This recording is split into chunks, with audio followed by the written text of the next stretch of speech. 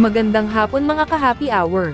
Narito ang mga balita para sa MBC TV Network News Update, 5 PM edition. Sa MBC TV Sports, Cone, inilarawan na painful ang pagkatalo ng Gilas kontra Brazil.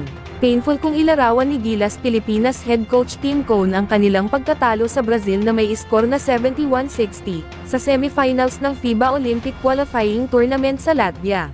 Inamin ni Cone na ang pagkawala ni Kai Sotto ay isang dahilan din sa crucial match. Aniya, ayaw nilang magdahilan ngunit malaking factor ang pagkawala ng presensya ni Kai sa laro. Isinugod sa ospital si Sotto matapos matalo laban sa Georgia. Nasa bench lamang si Sotto sa kanilang game kontra Brazil at hindi sinabak sa laro. Gayunpaman, sinabi ni Cone na ang kanilang game laban sa Brazil ay hindi naging sapat. Sa iba pang balita, PNP-CIDG, nakatakdang magsampa ng kaso versus dalawang sospek sa pagpatay sa beauty queen at Israeli BF. Kinumpirma ng abogado ng pamilya ni Geneva Lopez, na nai-cremate na kahapon, Sabado ng gabi ang labi ng Kapampangan beauty queen na natagpuang patay sa isang liblib na lugar sa Capas Tarlac.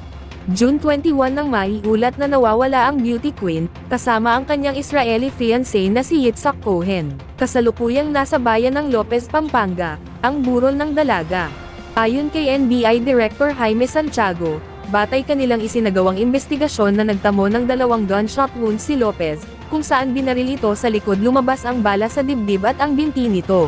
Samantala, may hawak ng 2 sospek ang PNP-CIDG at base sa inisyal na investigasyon, posibleng away sa lupa ang motibo sa krimen.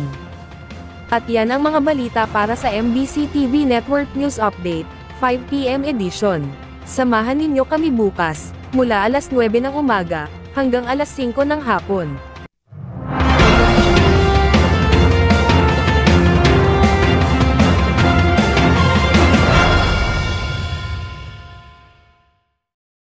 Mga ka-happy hour, kung gusto mong manood ang mga balita sa MBC TV Network News Update, mag-subscribe sa aming YouTube channel, i-like ang aming Facebook page, at i-follow sa aming TikTok account.